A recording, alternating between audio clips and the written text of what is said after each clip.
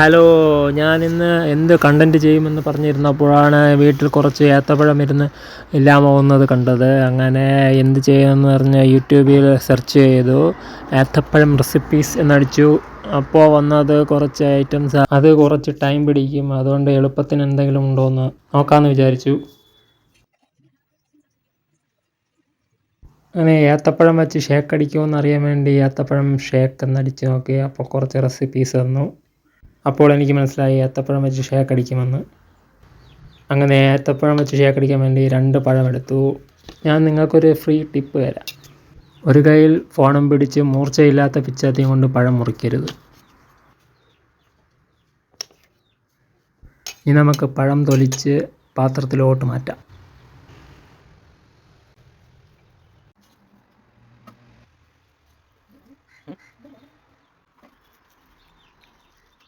ഞാൻ നോക്കിയപ്പോൾ വീട്ടിൽ കുറച്ച് കപ്പലണ്ടി ഉണ്ടായിരുന്നു.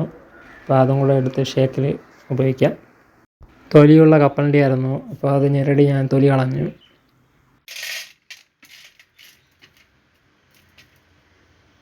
കൊച്ചിന് കൊടുക്കാൻ വാങ്ങിച്ച 2-3 ബിസ്ക്കറ്റ് എടുത്ത് ഇനി കപ്പലണ്ടി പൊടിക്കാം. ഷേക്ക് അടിക്കുന്ന ജാറിൽ കപ്പലണ്ടി ഇട്ടാൽ പൊടിയില്ല, അതുകൊണ്ട് കപ്പലണ്ടി നേരത്തെ പൊടിച്ചെടുക്കാം.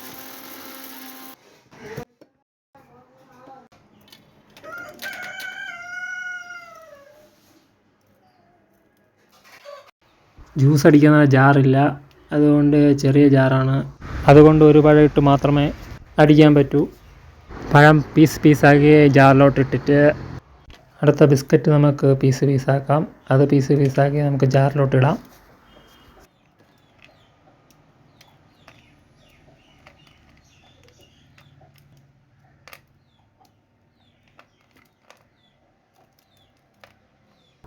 ഞാൻ നേരത്തെ കാണിക്കാൻ വിട്ടുപോയതാണ്. ഞാൻ കുറച്ച് ഈത്തപ്പഴവും കൂടെ എടുത്തിട്ടുണ്ട്. 3 ഈത്തപ്പഴമാണ് എടുത്തത്. അതിൻ്റെ പകുതി ഇതിലോട്ടിടണം.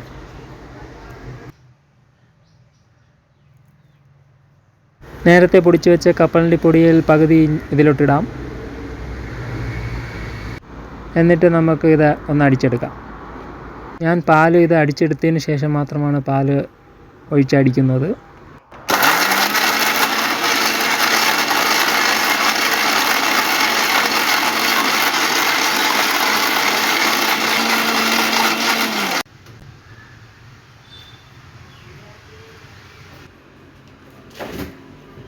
ഇനി പാല് ഐസാക്കിയില്ല.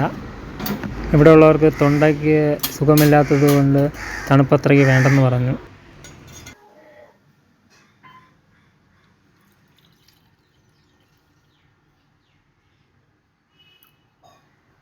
മുക്കാൽ ഗ്ലാസ്സോളം പാലെടുത്തു. എന്നിട്ട് അതിൻ്റെ പകുതി മിക്സിയിലോട്ട് ഒഴിച്ചു. ഇനി വേണമെങ്കിൽ പിന്നീട് അടിച്ചിട്ട് നോക്കാം.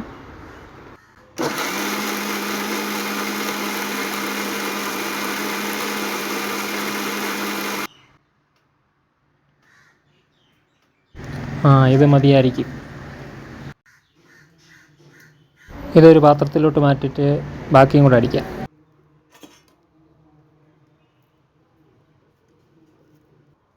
ഇനി ബാക്കിയുള്ള എല്ലാം കൂടെ ഇതിലോട്ടിട്ട്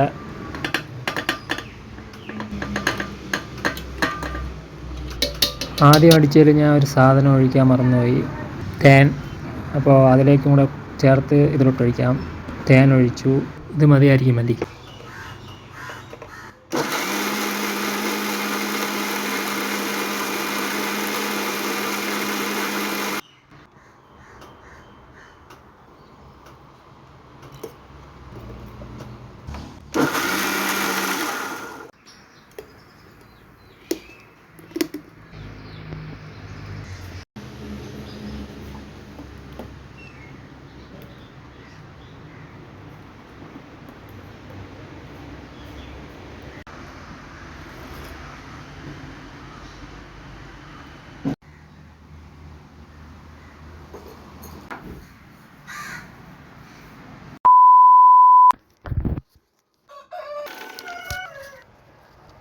ബാക്കിയുള്ള ഷേക്ക് അടിക്കാൻ നേരത്ത് നിങ്ങൾക്ക് എൻ്റെ വീഡിയോ ഒരു ബ്ലർ പോലെ കാണാം. അതൊരു അബദ്ധം പറ്റിയതായിരുന്നു.